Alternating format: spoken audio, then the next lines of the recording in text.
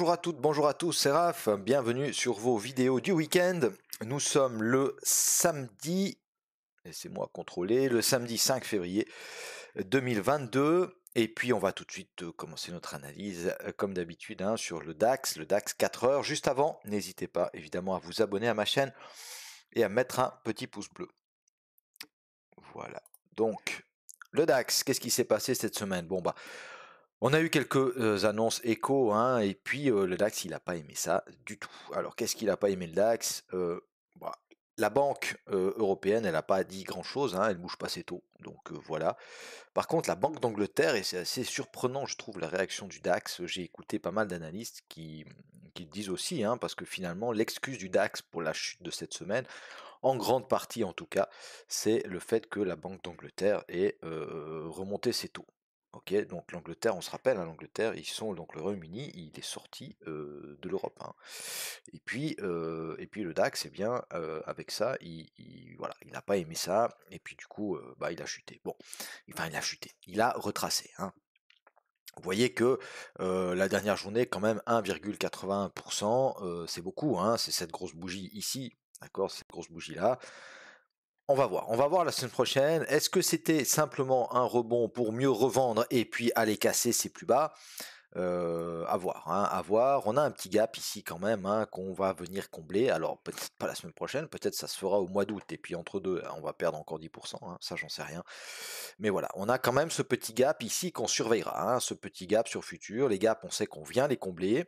Celui-ci, hein, il n'est pas tout à fait comblé non plus. D'accord, on en a un petit ici et un petit ici. D'accord. Donc à surveiller si on revient la semaine prochaine sur cette zone-là. Mais ça, on verra tout à l'heure. Donc cette semaine, qu'est-ce qui s'est passé? On a ouvert ici, hop, tac, sur cette bougie-là. Donc dans un premier temps, hein, on parvient à casser, vous vous rappelez, on avait ce range ici, d'accord? On parvient à casser ce haut de range, ok? On vient même se réappuyer, donc on fait une cassure retest du haut de la bougie mère, ok? Et puis ensuite, c'est que tout ça s'est confirmé par une englobante haussière. Donc moi je m'étais dit, bon, ben là, on est quand même bien haussier, on peut aller chercher la zone 2, hein, on peut aller chercher la zone 2, et là j'aurais éventuellement regardé des shorts, parce que c'était quand même cette belle zone ici avec la clôture annuelle qui nous a permis de casser ces plus bas ici. On a fait directement le pivot mensuel, donc ça c'est fait, hein, on l'a même fait 2 fois en 4 heures, donc voilà, ça il n'y a plus de souci avec ça, ça reste malgré tout une résistance quand même si on revient dans cette zone ici. Donc on arrive ici et puis on bloque, hein. On bloque là, on bloque sur ce bloc de contrat ici, d'accord, qui nous a permis de casser ces plus bas. Donc on n'est pas revenu sur la zone 2, moi je l'attendais quand même plus haut, hein. On n'est pas revenu sur cette zone 2 et puis boum, voilà, on est reparti à la baisse avec, ici on sent vraiment, boum, ça lâche, hein, ça lâche. Le pivot mensuel il résiste un tout petit peu et puis finalement, eh bien, on se retrouve sur le bas de notre zone 3.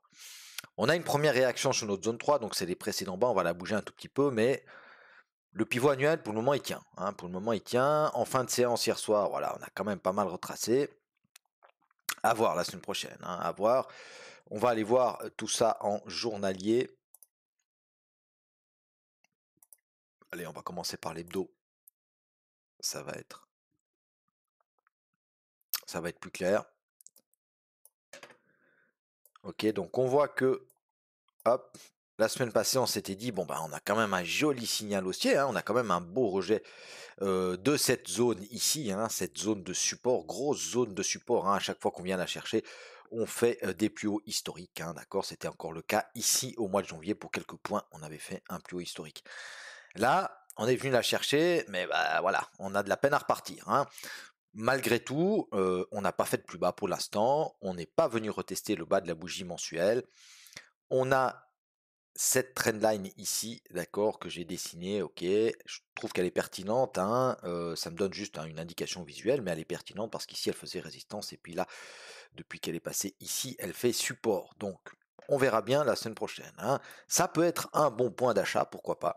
Par contre, si on casse ces bas ici, parce qu'à force de tester cette zone, peut-être que ça va la fragiliser, et puis qu'on va casser tout ça et venir chercher des niveaux plus bas, plus bas, pourquoi pas. Déjà les 14 200, là, enfin les 150, hein, 14 150, 14 100, ou pourquoi pas carrément les 14 000 ou les 13 500, hein. Si ça lâche, ça, je pense qu'on peut quand même aller plus bas, voire même revenir chercher la moyenne de 100 ici pour compléter un retour à l'équilibre en hebdo. Donc on verra ça la semaine prochaine. Méfiez-vous quand même hein, avec les achats. On est sur une belle zone d'achat, donc ça se tente. Hein. Ça se tente sur signal dans les plus petites UT. Mais soyez prudents. Hein, soyez prudents. Si ça casse ici, restez pas en pause en espérant que ça remonte. Franchement, coupez votre trade et puis si ça remonte, eh ben, vous saurez reprendre le trade. Hein.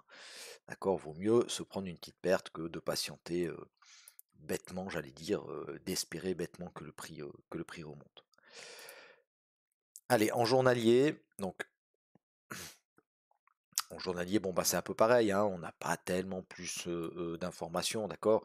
On avait le haut de la bougie merveillée ici, là on va supprimer. Donc, d'accord, parce qu'on a réintégré tout ça. Maintenant, on a le pivot annuel qui pour le moment tient, hein.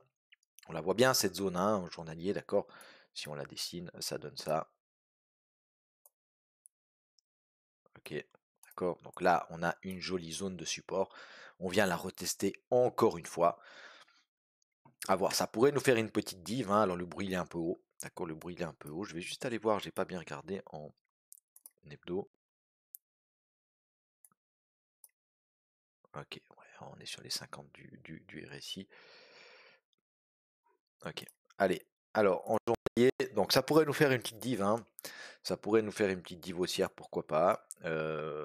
Malgré qu'elle n'est pas vraiment dans mes critères, mais à voir. Hein. À voir si on vient un peu plus bas, si on pique un peu sous le support 1 mensuel et pourquoi pas qu'on réintègre ça pour aller rechercher le haut de range hein, dans un premier temps et puis ensuite voilà, pourquoi pas continuer. Donc à voir, hein, à voir, mais soyez prudents quand même sur cette zone-là. Elle commence à voilà, pour le moment elle tient, mais vous savez que les zones, hein, au bout d'un moment aussi ça casse, hein, c'est fait pour casser. Donc en 4 heures, qu'est-ce qu'on va faire? Qu'est-ce qu'on va faire avec nos zones? Bah, c'est assez simple. Hein. Je vais corriger un peu la zone 3 parce on voit qu'elle réagit mais qu'on l'a enfoncé un peu. Donc on va mettre un tout petit peu plus loin. D'accord, on va intégrer les 15 000. Hein. Ok, on va intégrer les 15 000. La zone 3, on va la mettre comme ça. La zone 2, on n'est pas venu la chercher. Je pense que c'est une zone qui va réagir, hein, qui va réagir avec ce bloc ici. Il va y avoir une petite réaction baissière quand on va arriver sur cette zone-là. On surveillera quand même entre la zone 3 et la zone 2. Alors le pivot, évidemment, hein, le pivot mensuel, ça on n'a pas besoin de se faire de zone. Par contre, on surveillera ça, d'accord, parce que ça nous a permis, ce bloc ici, d'accord, ce mouvement-là, il nous a permis de casser ces plus bas-là. D'accord, donc que si on revient jusqu'ici la semaine prochaine, on va se mettre une petite zone intermédiaire. Hop, on fera attention à cette petite zone-là.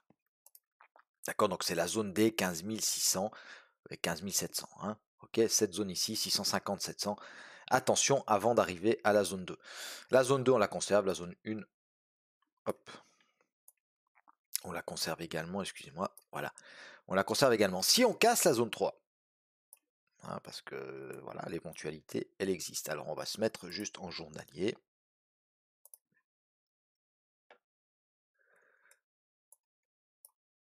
Alors, si on casse la zone 3, on aurait éventuellement une zone intéressante ici au price action, c'est cette zone-là. D'accord, la zone des 14 500. Pourquoi? Eh bien, vous voyez, hein, on a fait un petit retour et grâce à cette impulsion ici, on a cassé ces plus hauts-là. C'est un instit intéressant, d'accord? Donc, attention, hein, si on la casse, on peut la réintégrer, on peut faire une chasse au stop parce que, évidemment, vous vous imaginez bien que sous toutes ces mèches ici, il y a beaucoup, beaucoup, beaucoup de liquidités. Hein. D'accord? Il y a des mecs qui se sont pris, qui se sont mis en position ici en achat, d'accord, et qui sont toujours dedans, hein, d'accord, depuis le 30 avril l'année passée, d'accord. Donc il y a beaucoup, beaucoup, beaucoup de stops ici, d'accord. Donc ce sont des ordres de vente, d'accord. Donc on sait que pour acheter, il faut qu'il y ait une contrepartie, donc il faut qu'il y ait des gens qui vendent, donc pourquoi pas venir chercher toute cette liquidité ici. Donc il y aura des ordres de vente et il y aura aussi des ordres limites de vente, parce qu'il y a aussi des mecs qui vont se dire, ah ben si on arrive sous ces mèches-là, moi je veux vendre pour aller chercher, ben, pourquoi pas les 14 500 ou voire beaucoup plus bas. Hein. D'accord. Donc on peut piquer et réintégrer. Hein. Donc on verra tout ça. Donc surveillez, si on casse cette zone-là, surveillez la zone des 14 500. Moi, je vais me la noter sur mon 4 heures.